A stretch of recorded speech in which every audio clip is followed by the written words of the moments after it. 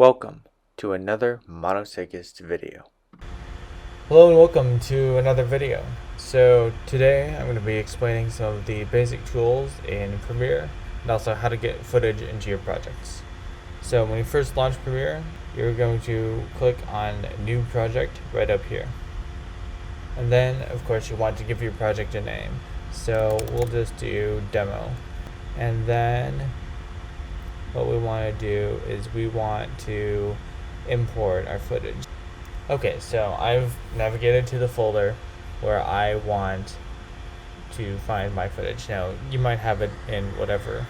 So then we're going to see this over here, create new sequence. We want to make sure this is turned off. Otherwise, it's going to put everything on the timeline, and we don't want that. So we're going to create. And that is how you create a project. And that is how you get your footage imported. And they're all going to be right here. Next, what we're going to do is create a sequence.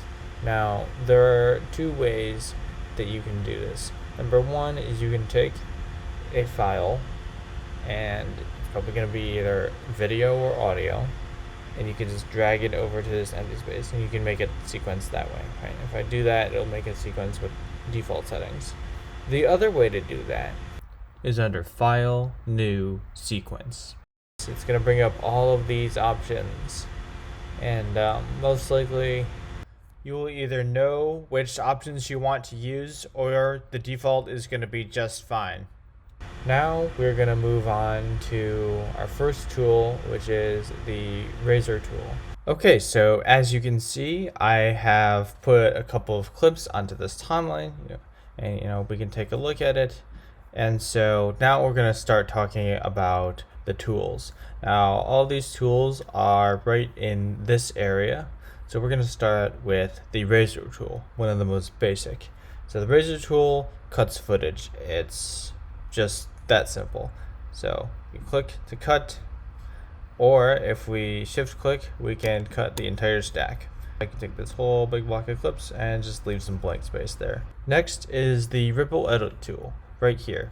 Default shortcut is B, and what this does is it moves your other clip, so when you're moving one clip, it doesn't just look awkward. So see how it's moving all these together. Now we can extend this, and it pushes these other clips. And if we want to take this one, we can pull and shrink the black space. So it's really versatile. Next is the Slip tool. So what this will do is it will move the in points and out points of a clip, but keep the length and positioning exactly where it is. So if we look at this one, for example, we can change the in points and the out points, and we can go all the way to the beginning or all the way to the end, but it's not going to change where the clip is. So if we play up until that point, it's exactly where it was before. Okay, last up is the Rolling Edit tool.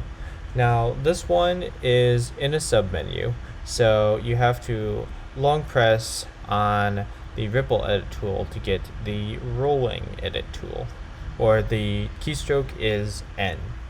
And what this one does is it moves your splice point without having to manually rearrange the clips.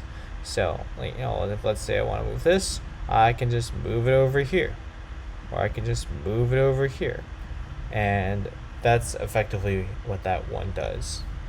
Okay, so now that we've taken a look at some of the tools that are over here, there is one more thing I want to cover, and that's audio gain. So I've gone ahead and added in my music, and to change the audio gain, we need to right click on this, and it's going to give us a whole lot of options, but what we want is the one that's just called audio gain.